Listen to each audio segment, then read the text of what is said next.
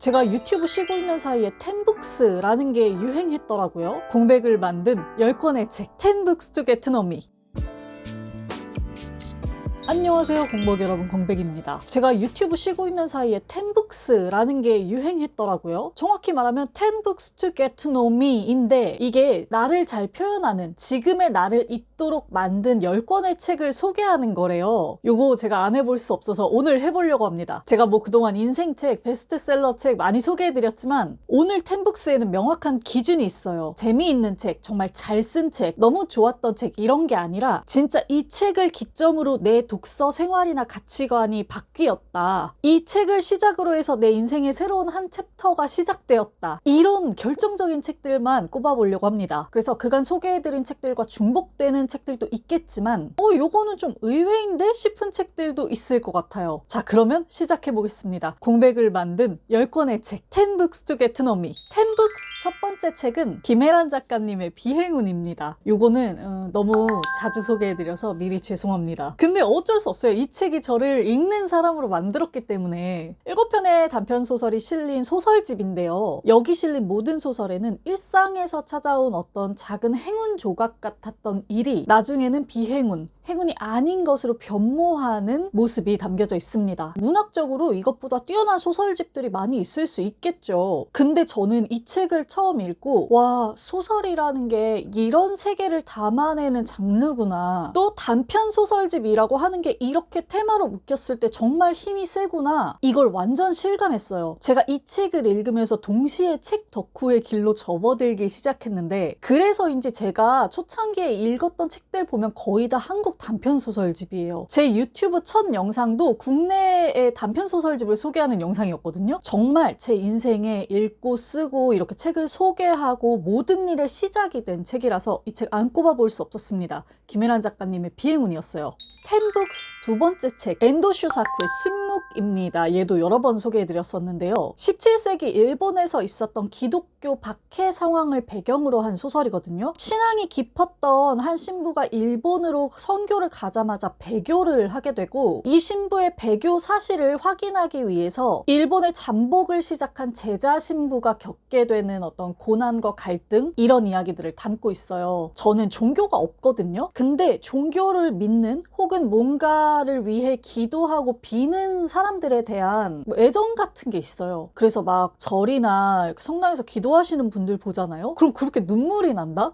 저는 그 마음이 도대체 뭔지 몰랐거든요. 근데 이 소설을 보면서 좀 알게 됐어요. 제 스스로에 대해서. 뭔가 이 고난을 가진 인간에 대해서 생각하는 마음이 제 안에 있고 인간이 가지는 어떤 절망과 무게 같은 것에 대해서도 많이 생각해보게 된 책이어서 개인적으로 정말 여운이 깊었고 늘 떠오르는 책 중에 하나가 된 것 같아요. 그래서 고민 없이 꼽아본 책입니다. 엔도 슈사쿠의 침묵이었어요.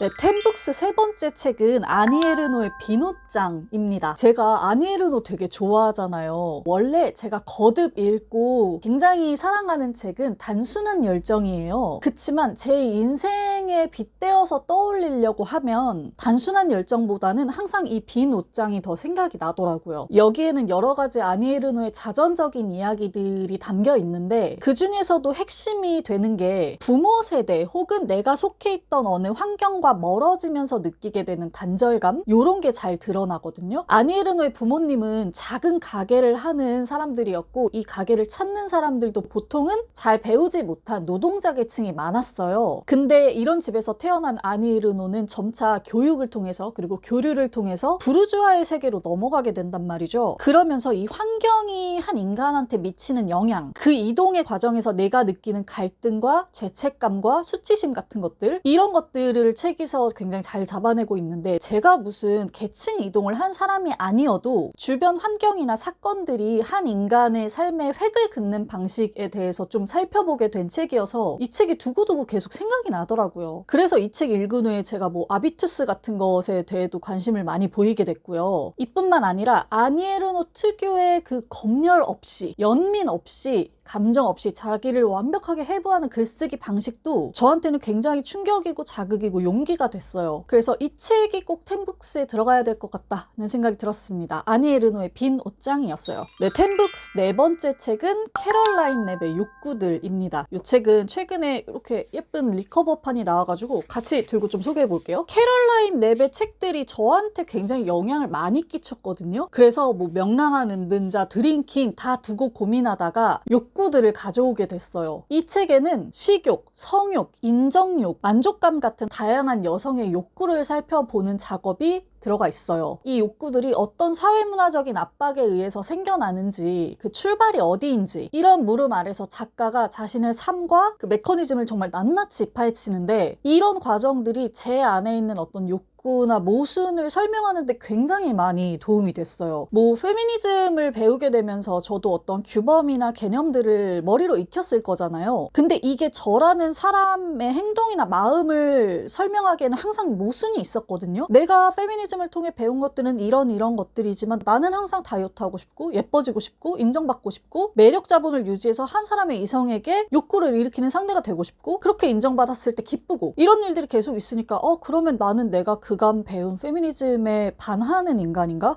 정말 틀린 녀석인가? 약간 이런 모순들이 항상 저한테 있었는데 이 책을 보면서 제가 가지는 그런 욕구들과 충동에 대해서 배울 수 있어서 정말 좋았어요. 되게 개운하고 위로가 됐고요. 나라는 존재가 정말 이 사회에 영향을 많이 받는 존재고 그렇게 똑 떨어지지 않는 모순된 존재가 될 수도 있다. 이런 식으로 저의 인생의 궤적을 추적하는 데 굉장히 많이 도움이 됐던 책입니다. 그래서 꼽아봤어요. 캐럴라인 랩의 욕구들이었습니다. 네, 텐북스 다섯 번째 책은 유발 하라리의 사피엔스입니다. 이 책은 좀 의외이실 수 있는데요. 얘는 설명이 좀 필요해요. 사실 사피엔스 나온 지도 지금 뭐 10몇 년이 흘렀고 그 사이에 사피엔스에 실린 내용에 대한 반론들 그리고 새로운 의견들이 굉장히 많이 제시됐어요. 그리고 제가 학식이 부족해서 다 알 수는 없지만 인류 거시사를 다룬 책들 중에 이보다 훨씬 더 정교하고 정확한 이야기를 하는 책들도 많이 있을 거예요. 근데 그럼에도 불구하고 제가 이 책을 텐북스 중에 하나로 꼽은 이유는 제가 이 책을 시작으로 두꺼운 인문학 서적들의 재미를 들이기 시작했기 때문이에요. 그리고 이렇게 인류의 큰 흐름, 거시사를 알아두는 게 이후의 독서에 얼마나 큰 도움이 되는지도 이 책을 통해서 깨닫게 됐고요. 제가 독서 열심히 하려는 분들께 항상 얘기하는 게 때때로 이런 긴 책, 현재 내 수준보다 조금 더 어렵다고 느껴지는 책을 진지하게 파고들어서 완독하는 경험이 있어야 한다. 그런 경험이 이후의 독서를 원활하게 만들어주고 자기효능감을 준다라고 말씀을 드리는데 당시에 저한테 그런 책이 이 사피엔스였던 거죠. 그래서 항상 에세이, 소설만 열심히 읽던 저에게 다른 이 독서의 지평을 열어준 책이고 지금 와서 이 책 다시 읽어봐도 정말 이렇게 방대한 인류의 역사를 이렇게 쉽고 재미있게 풀어놓는 책이 흔치가 않아요. 이건 정말 작가가 가진 대단한 재능이거든요. 그런 면에서 항상 감탄하게 되는 것 같아요. 그래서 텐북스를 꼽을 때 제가 이 책을 통과했던 순간을 빼놓을 수 없을 것 같습니다. 유발 하라리의 사피엔스였어요. 네, 텐북스 여섯 번째 책은 홍승은 작가님의 두 명의 애인과 삽니다예요. 이 책도 되게 의외죠. 제가 원래 홍승은 작가님 정말 좋아하고 이 작가님이 보여주는 책과 삶이 저한테 굉장히 영향을 많이 끼쳤거든요. 근데 그 중에서도 제가 이 책을 꼽은 데는 이유가 있어요. 이 책이 폴리아모리 에세이란 말이에요. 다자연애. 제목 그대로 홍승은 작가님이 두 명의 애인과 함께 살면서 겪고 알게 된 이야기들을 쓴 책인데 이게 저한테는 굉장히 큰 충격이고 자극이었어요. 이게 뭐 폴리아모리라서 충격적이다 그런 말이 아니고 인간이 다른 인간과 함께 살기 위해서 얼마나 많은 조율과 노력이 필요한지 이 책을 통해서 새삼 깨닫게 됐기 때문에 그래요. 저는 그동안은 그런 것들에 대해서 진지하게 생각해 본 적이 정말 없었거든요. 저는 1대1 연애를 지향하는 시스젠더 여성이란 말이에요. 흔히 말해서 정상이라고 말하는 범주에 있는 아마 뭐 많은 분들이 그러시겠죠? 이런 사람들끼리 만나서 소위 말해 평범한 연애를 할 때에도 이 관계 속에 얼마나 많은 사회 규범과 고정관념이 자리하고 있는지 이 책을 통해서 알게 됐고 오히려 이 평범하다라고 하는 것 때문에 서로 더 게으르게 조율하고 노력한다는 것도 깨닫게 됐어요. 그래서 저는 이 책 읽으면서 아예 인간관계, 동반자 관계라는 것에 대해서 새롭게 생각을 해보게 됐고 그 점이 저한테는 굉장히 중요한 변화였던 것 같아요. 어떻게 보면 이 책은 굉장히 매니아적인 주제를 가지고 있죠. 근데도 제가 이 책을 굉장히 많은 분들께 추천하거든요. 정상성과 관계, 애정과 조율을 통해서 만들어내는 삶 이런 거에 대해서 생각해 보실 수 있는 책이라서 그래요. 그래서 텐북스로도 꼽아봤습니다. 홍승은 작가님의 두 명의 애인과 삽니다 였어요.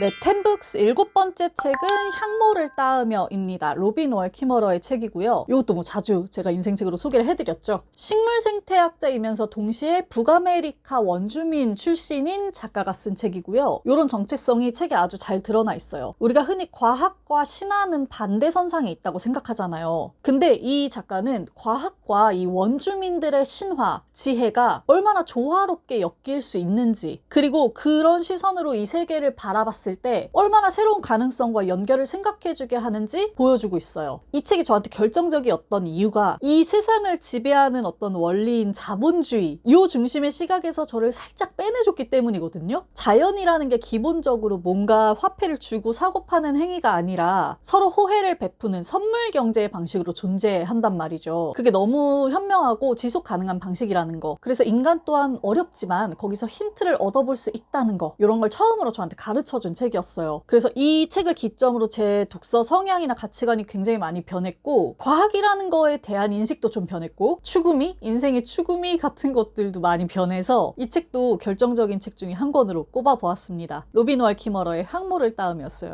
네, 8번째 텐북스 소개해드릴 건데요. 이거는 어쩔 수 없이 두 권을 연달아서 흐름으로 소개해드려야 될 것 같아요. 김원영 작가님의 실격당한 자들을 위한 변론, 그리고 김원영 작가님, 김초엽 작가님이 함께 쓴 사이보그가 되다입니다. 이 두 책이 제 인생에 또 굉장한 획을 그었는데 저한테는 이 두 권의 책이 약간 거대한 하나의 흐름처럼 느껴져서 묶어서 소개해야 될 것 같아요. 먼저 요거를 볼까요? 장애학에 관련된 책이거든요. 이 책의 모티브가 되는 게 한 소송입니다. 장애를 가진 아이가 자라난 뒤에 태아 단계에서 자신의 장애를 진단하지 못했던 의사에게 소송을 건 건데요. 소송의 이유가 이거예요. 내가 태어나지 않는 편이 더 나았다. 나의 태어남 자체가 나에게는 손해였다 라고 하는 것인데요. 그래서 이 책은 태어남 자체가 손해인, 실격당한 인생이라는 게 정말 있을까? 자신을 그렇게 느끼고 있는 장애인들이 자기 정체성, 매력, 존엄을 어떻게 탐색할 수 있을까를 고민하게 만드는 책입니다. 제가 이 책을 시작으로 해서 본격적으로 장애학 책에 좀 눈이 뜨이기 시작했고 그러면서 자연스럽게 이 책도 읽게 됐거든요. 사이보그가 되다. 이 책은 저를 장애학뿐만이 아니라 SF로도 이끌었어요. 이 흐름이 저한테 굉장한 급류였는데 장애학은 쉽게 이해가 가시지만 SF는 좀 이해가 안 가시잖아요. SF라는 장르 자체가 지금 이 세계에는 없는 어떤 존재들과 부대끼면서 그들과의 갈등, 조우 같은 거, 새로운 가능성을 그려볼 수 있게 만드는 장르잖아요. 예컨대 김초엽 작가님 작품에도 몸의 일부를 기계로 대체한 인간, 언어 기관을 사용해서 발화하지 않는 존재, 이런 테마들이 등장해요.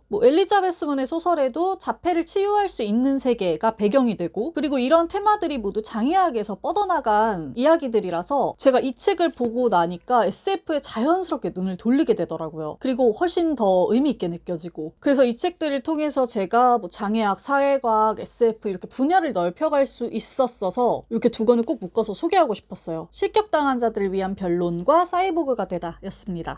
텐북스 9번째 책은 은유 작가님의 글쓰기의 최전선입니다. 이 책이 진짜 저를 본격적으로 쓰는 사람으로 만들어준 책이에요. 작가님이 학인들과 수업하면서 다루었던 내용들, 그 사연들이 담겨있는 책인데 이게 기술로서의 글쓰기에도 정말 많은 도움이 되지만 글쓰기라는 게 한 사람의 인생에 얼마나 큰 영향을 끼치는지 정말 잘 보여줘요. 글쓰기가 얼마나 한 사람을 이렇게 위로하고 세워줄 수 있는지. 그래서 제가 이 책을 시작으로 내가 왜 쓰고 싶지? 뭘 쓰려고 하지? 다른 사람들은 자기 삶의 어느 지점에서 글쓰기를 시작하지? 이런 것들을 생각하게 됐거든요. 그런 변화가 저한테는 굉장히 귀중한 경험이었고 이 책에서도 그런 것들을 아주 잘 보여주고 있어요. 그래서 제가 글쓰기를 해보고 싶은 분들께 항상 가장 처음으로 추천하는 책이기도 합니다. 텐북스 9번째 책으로 글쓰기의 최전선 소개해드렸어요. 네, 텐북스 마지막 책입니다. 존 카바찐의 왜 마음 챙김 명상인가. 제가 이 책 책 고르기 전에 정말 많이 고민했거든요. 사실 이 책은 제가 재독을 한 책도 아니고 펼쳐본 지도 좀 오래됐어요. 그래서 템북스로 다루는 게 맞나 고민을 했는데 생각해보니까 이 책을 읽은 다음부터 제 관심 분야가 굉장히 많이 바뀌기 시작했고 그때 알게 된 것들이 지금 제 인생에 영향을 굉장히 많이 끼치고 있거든요. 그래서